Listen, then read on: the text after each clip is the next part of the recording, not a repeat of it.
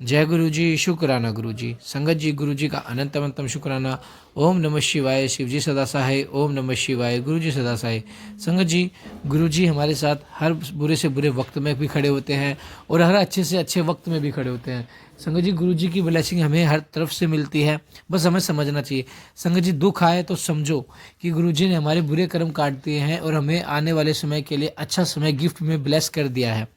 और संगत जी, सुख आए तो समझो गुरु जी हमसे बहुत खुश है, हमारे अच्छे कर्मों का हमें फल दे रहे हैं और हमें अच्छी अच्छी ब्लेसिंग दे रहे हैं। गुरु जी हमें अपने अपार कृपा से हमें अच्छे जीवन जीने का आनंद दे रहे हैं। तो संगत जी, शिव पुराण का पाठ गुरु जी ने जो बताया कि शिव पुराण का पाठ करो, और आंटी जी इतनी प्यारी सेवा करती हैं। तो संगत जी, शिव पुराण के पाठ की एक बहुत ही अलग महत्वता है। संगत जी, यह आपके जीवन के सभी कष्टों को खत्म कर देगा, आपको एक न्यू लाइफ ब्लेस करेगा। आइए सत्संग को शुरू करते हैं गुरु मंत्र जाप से।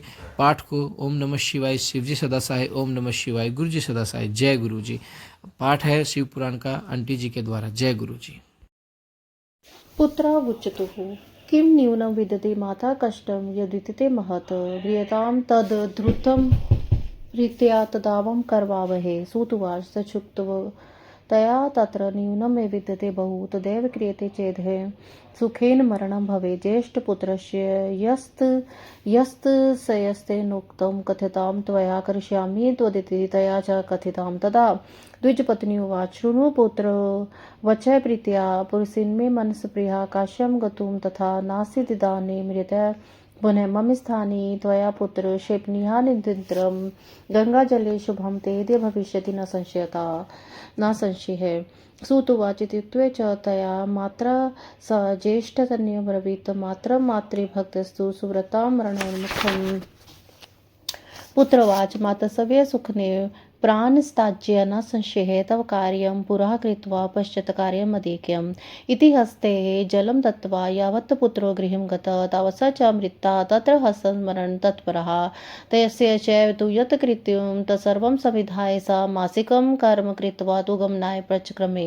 द्वयोः श्रेष्ठतरो यो वै सुवादो विश्रुता तत्स्थानी समुदय निस्त्रित्र काम्यः स गृहं सेवकं कञ्चित् नैव सहिस्तदा अश्वस्य भार्यां पुत्रश्च मातुः प्रियचिकीर्ष्यः श्राद्धानदिकं भोज्यं कृत्वा विधिमुत्तमं मङ्गलस्मरणं कृत्वा निजगाम गृहीत द्विजं। त्वदिदिने योजनं गत्वा विशतिग्रामके शुभे उवासास्थानं गते भानो गृहे विप्रस्य कैश्चित् चक्रे सन्ध्यादि सत्कर्म स द्विजो विधिपूर्वकं स्तवादि कृत्वास्त्र शम्भो द्रुतकर्मणः शौकेन तथा युक्तो ब्राह्मणे संस्थितः यामिनी च गता तत्र मुहूर्त्योदय संमितः। एतस्मिन्नन्तरे तत्रैकामस्य भूततः शृणुतादरस्तस्य मुनः वो वदाह्यम्।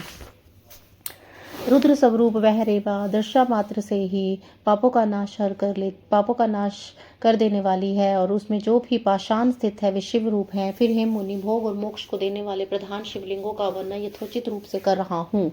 वह वहाँ आर्तेश्वर नामक लिंग है जो सभी पापों को दूर करने वाला है। इसी प्रकार परमेश्वर एवं सिंहेश्वर नामक लिंग भी कहे गए हैं। इस प्रकार वहाँ पर सर्मेश्वर, कुर्मेश्वर, पुण्यकेश्वर एवं मंडपेश्वर नामक लिंग भी हैं। वहाँ नर्मदा नदी के किनारे दर्शन मात्र से पाप को नष्ट करने वाले तीक्ष्णेश्वर नामक लिंग है तथा पाप को दूर करने वाला धुंधुरेश्वर नामक लिंग है। शूलेश्वर, कुंभेश्वर, कुबेश्वर, सोमेश्वर नामक लिंग भी प्रसिद्ध है। नीलकंठ तथा मंगलेश तो महामंगल के स्थान है। महाकपीश्वर महादेव की स्थापना स्वयं हनुमान ने ही की थी। इसी क्रम में करोड़ों हत्याओं के पाप को नष्ट करने वाले, संपूर्ण कामनाओं का फल प्रदान करने वाले मोक्षायर नंदिकदेव भी कहे गए हैं। जो अति प्रसन्नतापूर्वक नंदिकेश्वर का पूजन करता है उसे संपूर्ण सिद्धियां प्राप्त होती है, इसमें संशय नहीं है। श्रेष्ठ मुनियों, जहाँ रेवा नदी के तट पर जो स्नान करता है उसकी समस्त इच्छाएं पूर्ण हो जाती हैं तथा उसके सारे पाप नष्ट हो जाते हैं। ऋषिगण बोलते हैं, उस नंदिकेश्वर लिंग का ऐसा महात्म्य क्यों है? आप इस समय कृपा करके उसे बताएं। सूत जी बोले, हे ऋषियों, आप लोगों ने बड़ा उत्तम प्रश्न किया। इस विषय में मैंने जैसे सुना वैसा कह रहा हूँ। शौनक,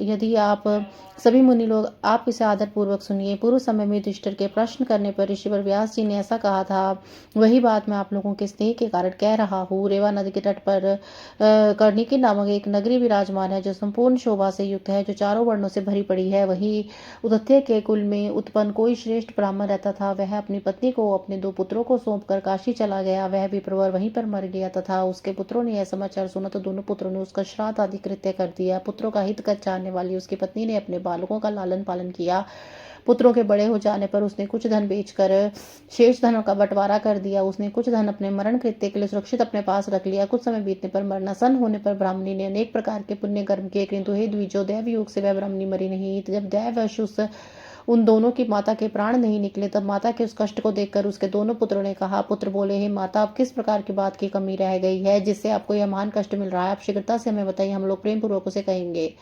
सूत जी बोली, यह सुनकर माता ने कहा कि कमी तो बहुत रह गई है, किंतु यदि तुम लोग उसे पूरा करो तो सुखपूर्वक मेरी मृत्यु हो सकती है। तब उसके जो ज्येष्ठ पुत्र था उसने कहा कि आप बताइए, मैं अवश्य पूर्ण करूंगा। तब उसने कहा, द्विज पत्नी बोली, हे पुत्र, मेरी बात प्रेम से सुनो। पहले मेरी इच्छा काशी जाने की थी, किंतु वैसा नहीं हो सका। अब मैं मर रही हूँ। हे पुत्र, तुम आलस्य का त्याग कर मेरी अस्थियों को काशी में गंगा जल में फेंक देना, तुम्हारा कल्याण होगा, इसमें संशय नहीं है। सूत जी बोले, माता के इस प्रकार कहने पर माता में भक्ति रखने वाले उच्चेष्ठ पुत्र ने सुरता मरणासन माता से कहा।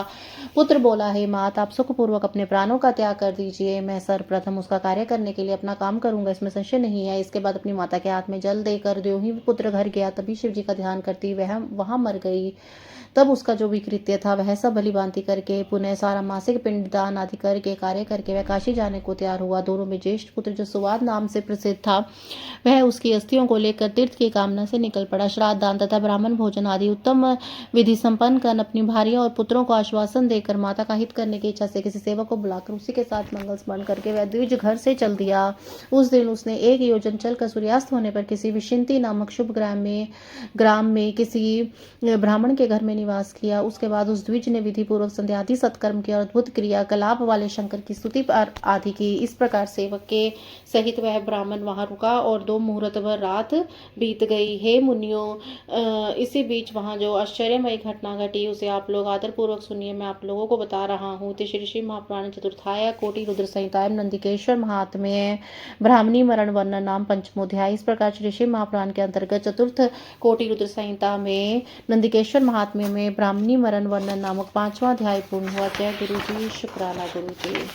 अथ षष्ठोध्याय, छठा अध्याय, नर्मदा एवं नंदिकेश्वर के महात्म्य कथन के प्रसंग में ब्राह्मणी की स्वर्ग प्राप्ति का वर्णन। सूत उवाच, गोश्चैकाह्यः भवतत्र वांगने बंदिता शुभा तदैव ब्राह्मणो रात्रावाजगाम बहिर्गतः। स उवाच, प्रियां स्वीहां दृष्ट्वा गामगणे स्थितां दुग्धां खेदनिवन्नो दोग्धू कामा मुनीश्वरा गहो प्रिये नैव दुग्धा ते सेत्युक्ता वत्समान्या दोहनार्थं समूय स्त्रियं शीघ्रतरतं तदा वत्सम कीले स्वयं बुद्धम च यतनम चैव को तथा ब्राह्मणं सगरे स्वामी मुनियो दुग्धलालसा वत्सोऽपि कर्षमाणस्य पादे वै पादपीडिनं चकार ब्राह्मणस्यैव कष्टं प्राप्तस्य सुव्रता तेन पादप्रहारं स द्विजा क्रोधमूर्छिता वत्सं च प्रताड्यमास कूपे दृढतरं तदा वत्सोऽपि पीडितास्तेन श्रान्तश्वै भवतदा दुग्धा ग्रोमोचितो वत्सो न क्रोधेन द्विजमनः गोदुग्धु च महाप्रीत्या रोदनं च करुततः दृष्ट्वा च रोदनं तस्य वत्सो वाक्यं ब्रवीत्। वत्सुवाच, कथं च रुद्यते माता किं ते दुःखमुपस्थितं तन्निवेद्यं प्रीत्यत श्रुत्वा गौरवाचेत् श्रुतं पुत्र मे दुःखं वक्तुं शोक्यनं नहि दुष्टेन ताडित्सवं च तेन दुःखं ममाप्यभूत्। सूत उवाच, स्वमातु वचनं श्रुत्वा स वत्स प्रत्यबोधयत् प्रत्युवाच सौजन्यं प्राप्त प्रतिष्ठितः किं कर्तव्यं कं गन्तव्यं कर्म वद वयं यथा कृतं चैव यथा पूर्वं भुज्यते च तथाधुना हस्ता क्रियते कर्म रुदिता परिभुज्यते दुःखदाता न कोप्स्यति सुखदाता न कश्चन सुख दुःखे परो दत्त इत्येषः कुमिति मतः अहं चापि करोमत्र मिथ्याज्ञानं तदोच्यते स्वकर्माणां भवे दुःखं सुखं तनैव कर्मणः तस्माच्च पूज्यते कर्म सर्वं कर्मणि संस्थितम्।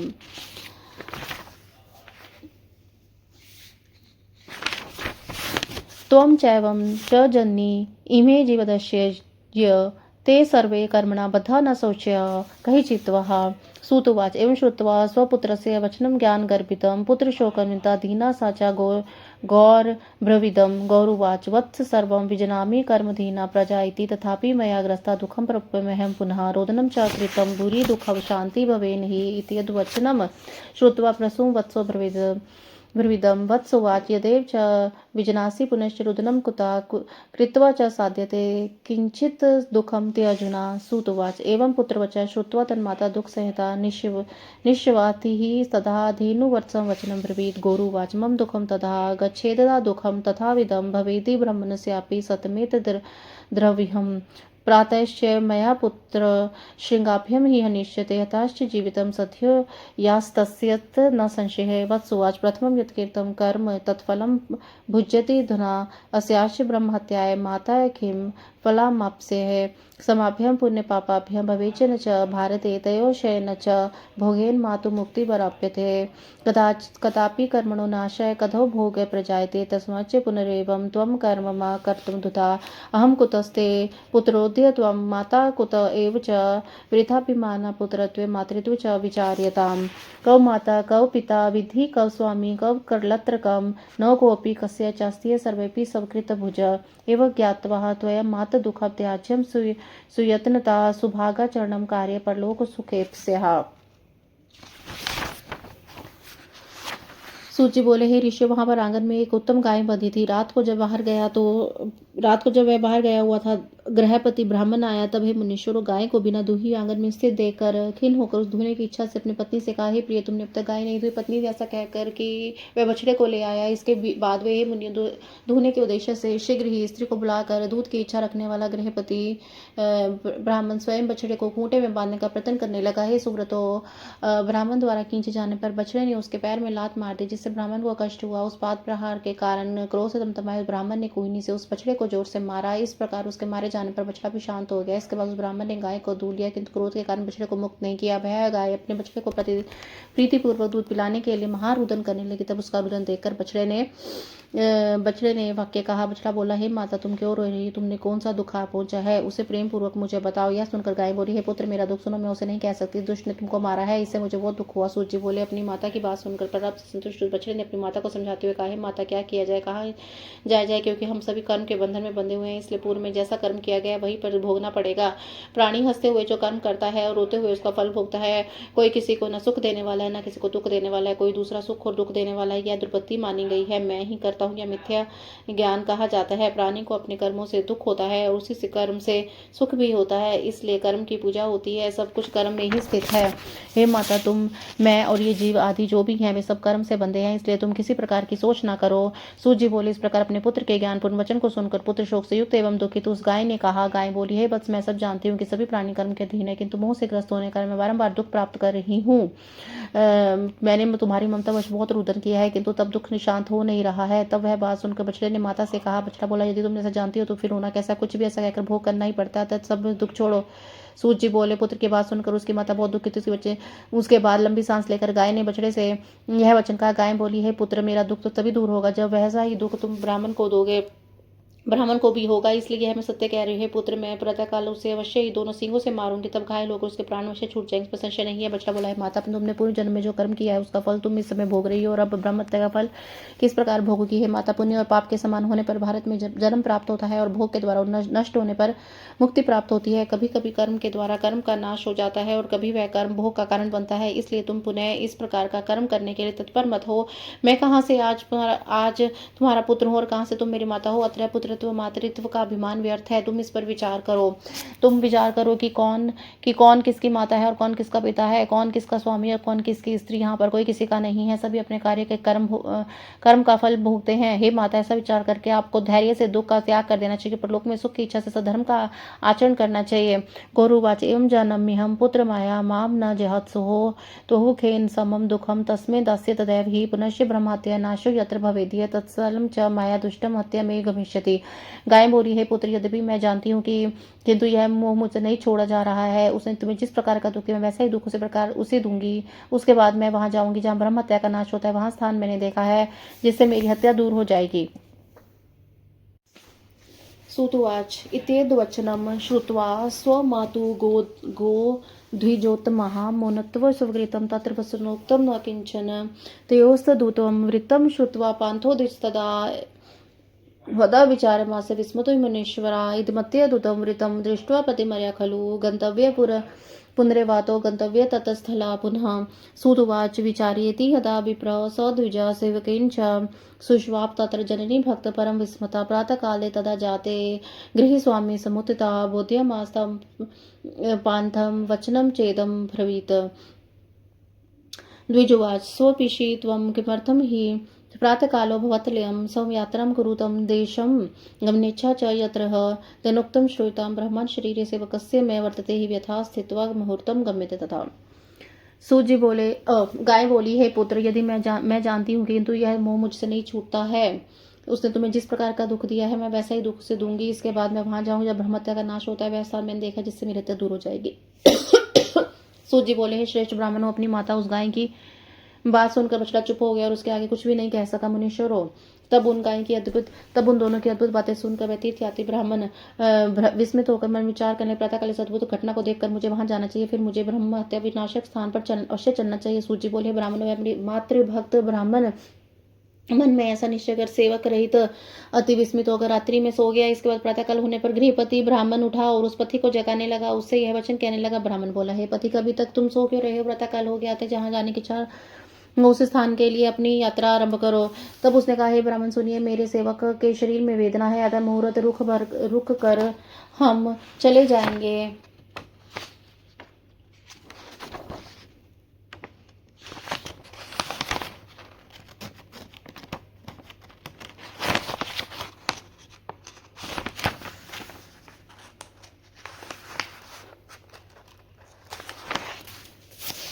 सूतवाचिथेवं शमीशं कृत्वा सुष्वाप पुरुषतथा तद्वृत्तमखिलं ज्ञातमद्भुतं विस्मयावहं तोहनस्य तदा काले ब्राह्मणे सौसुतं प्रति उवाच गन्तुकामस्य कार्यर्थं कुत्रचित् स पितोवाच मया तु गम्यते पुत्र कार्यर्थं कुत्रचित् पुनः धेनुदोहा त्वया वत्स सावधानिध्यं निजा। सूतुवाचित्युक्त्वा ब्राह्मणवरः स जगाम च कुत्रचित् पुत्रस्मुतिस्तत्र वत्सं च मुक्तवासदः माता च तस्य दोहार्थमजगाम स्वतः द्विजपुत्रस्तथा वत्सं खिन्नं किलेन ताडितं बन्धनार्थं हि गौपाशारोमन्यः दुग्धलालसाः पूर्णघोष तथा क्रुद्धः श्रृंगेन ताडस्य तं पपात मूर्छा सम्प्राप्य सोऽपि मर्मणि ताडितः लोकस्य मिलितास्त्र गवा बालो विहंसितः जलं जलं वदनस्ते पित्रादे यत्र संस्थितः यतनस्य क्रियते यावतद्वत् बालो मृतस्ततः मृते च बालके तत्र हाहाकारो महान् भूत तन्माता दुःखिता सुरुरोध च पुनः पुनः किं करोमि कं गच्छामि को मे दुःखं व्योप्यहत रुद्रवेति तदा गां च ताडित्वा व्योमचेत। श्वेतवर्णा तदा सा गोधृतं श्यामा व्यदृश्यत अहो च दृश्यतां लोकाचार चक्रुश्च परस्परं ब्राह्मणस्य तदा पन्थो दृष्टा वाश्य विनग्रता यत्र गोष्य गता तत्र ताम्नो ब्रह्मणो गता। उधर्वपुच्छं तदा कृत्वा शीघ्रं गौनवर्धवा प्रति आगत्यं नन्दिकास्य समीपे नर्मदाजले संविज्य त्रिवारं तु श्वेतवं च गता हि सा यथा गतं गता सा च ब्राह्मणो विस्मये गता अहो धन्यतं तीर्थब्रह्महत्या निवारणं स्वयममज तत्रासु ब्राह्मण सेवकस्तथा निमज्य हि गतो तो च प्रशंसनतो नदी च तां मार्ग च मिलिता काचित् सुन्दरी भूषणवता अतियुक्तं च भो पान्थ कुतो यासि सुविस्मृता सत्यं ब्रूहि च छल त्यक्त्वा विप्रवरमाकृतः। सूत जी बोले, इस प्रकार बहाना बनाकर उस अद्भुत एवं आश्चर्यजनक संपूर्ण घटना के विषय में जानने के लिए वह व्यक्ति पुनः सो गया। तदंतर गाय के धोने के समय कार्यवश कहीं जाने की इच्छा रखने वाले उस गृहपति ब्राह्मण ने अपने पुत्र से कहा। पिता बोला, हे पुत्र, मैं कार्यवश फिर कहीं अन्यत्र जा रहा हूँ, तुम सावधानी पूर्वक अपनी इस गाय को धो लेना। सूत जी बोले, हे महर्षि, ऐसा कहकर वह ब्राह्मण श्रेष्ठ कहीं चला गया। फिर पुत्र उठा और उसने बछड़े को खोला। उसी समय उसकी माता धोने के लिए स्वयं आ गई। तब ब्रह्मपुत्र को उन्हीं से मारे जाने के कारण दुखी बछड़े को दूध की इच्छा से बांधने के लिए जब गाय के पास ले गया, तब गाय क्रोध से भरकर उसे सींग से मारने लगी। तब मर्मस्थान से चोट से खाया हुआ वह मूर्छित होकर गिर पड़ा। उसी समय सब लोग एकत्रित हो गए। गाय ने बालक को मार डाला। जल लाओ इस प्रकार कहते हुए वे जहाँ उसके पिता आदि थे वहीं पहुंचे। जब तक उसे बचाने का प्रयत्न किया गया, इतने में वह बालक मर गया। बालक के मर जाने पर वहाँ हाहाकार मच गया। उसकी माता दुखी उठी और बार बार रोने लगी। अब मैं क्या करूं कौन मेरे दुख को दूर करेगा? इस प्रकार विलाप करके उसने गाय को मारकर उसका बंधन खोल दिया। श्वेत वर्ण की वह गाय ब्रह्म हत्या के पाप से श्याम वर्ण हो गई। सभी लोग आपस में जोर जोर से कहने के देखिए कैसा आश्चर्य है। तब यात्री ब्राह्मण यह आश्चर्य देखकर चल दिया और वह गाय जहाँ गई वहीं उसके पीछे पीछे वह ब्राह्मण भी गया। वह गाय अपनी पूंछ उठाते हुए शीघ्र नर्मदा की ओर नंदकेश्वर के निकट नर्मदा नदी के जल में 3 बार आगमन करके पुनः श्वेत वर्ण हो गई। फिर वह जैसी आई थी वैसी चली गई। ब्राह्मण आश्चर्यचकित हो गया। वह बोला, हो ब्रह्म हत्या का नाश करने वाला तीर्थ परम धन्य है। तब स्वयं उस ब्राह्मण ने सेवक के साथ वहीं स्नान किया। स्नान करने को नंदी की प्रशंसा करते हुए दोनों चल दिए। इसके बाद मार्ग में भूषण से भूषित कोई सुंदरी स्त्री उन्हें मिली। उसने पूछा, हे पथिक, आप चकित होकर कहाँ जा रहे? विप्रवर छल त्याग कर आप मेरे सामने सत्य कहिए। सूची कहती है, उस स्त्री की बात सुनकर ब्राह्मण ने सारी घटनाएं यथार्थ रूप में बता दी। फिर स्त्री ने उस ब्राह्मण से कहा, तुम यहाँ रुको। तब मैं उसकी बात सुनकर ब्राह्मण रुक गया और विनम्र होकर बोला, तुम क्या कहती हो, मुझे यह बताओ।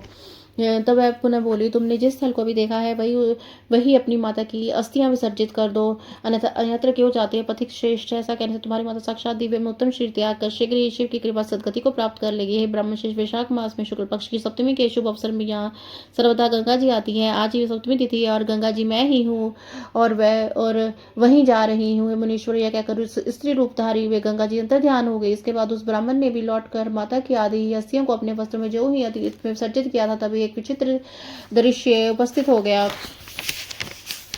दिव्य देहत्वम अपन्ना स्वात्मा च व्यदृश्यत धन्योऽसि कृतकृत्योऽसि पवित्रं च कुलं तवाहा धन धान्यं तथा चार्वशो विवर्धतां तव इत्याश्यं महोदत्वा स्वपुत्राय दिवं गता तत्र भुक्त्वा सुखं भूरि चिरकालं महततं शङ्करस्य प्रसादेन गत्वा सा उत्तमां गतिं ब्रह्मस्य सुतस्तस्याः क्षिप्तवस्थैने पुनस्तथा प्रसन्नमनसो भूत्सा शुद्धात्मा स्वगृहं गता।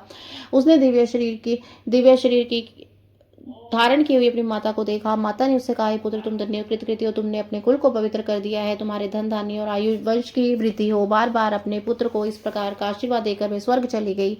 वहां पर बहुत समय तक अत्युत्तम परम सुख भोग कर शिव कृपा से उन्होंने श्रेष्ठ गति प्राप्त की। इसके बाद उसका पुत्र ब्राह्मण भी अस्थियां विसर्जित करके प्रसन्न मन वाला हो गया एवं शुद्ध चित्त होकर अपने घर चला गया। इति श्री शिव महापुराणे चतुर्था कोटि रुद्र संहिता नंदिकेश्वर लिंग महात्म्य वर्णने ब्राह्मणी स्वर्गनति वर्णनम नाम षष्ठोध्याय। इस प्रकार श्री शिव महापुराण के अंत चतुर्थी कोटि रुद्र संहिता के नंदिकेश्वर लिंग महात्म्य में ब्राह्मण स्वर्गति वर्णन नामक 6वां अध्याय पूर्ण हुआ। जय गुरु जी, शुक्राना गुरु जी। अथ 7वां अध्याय नंदिकेश्वर लिंग का महात्म्य वर्णन। ऋषुचुः कथम गंगा समाहिता वैशाखे सप्तमी दिने नर्मदायां विशेषणं सूतेत ध्वर्ण्यं प्रभो ईश्वरस्य कथम जातो नंदिकेश्वर की नामतः वृत्तं तदपि सुप्रीत्या कथम त्वं महामते।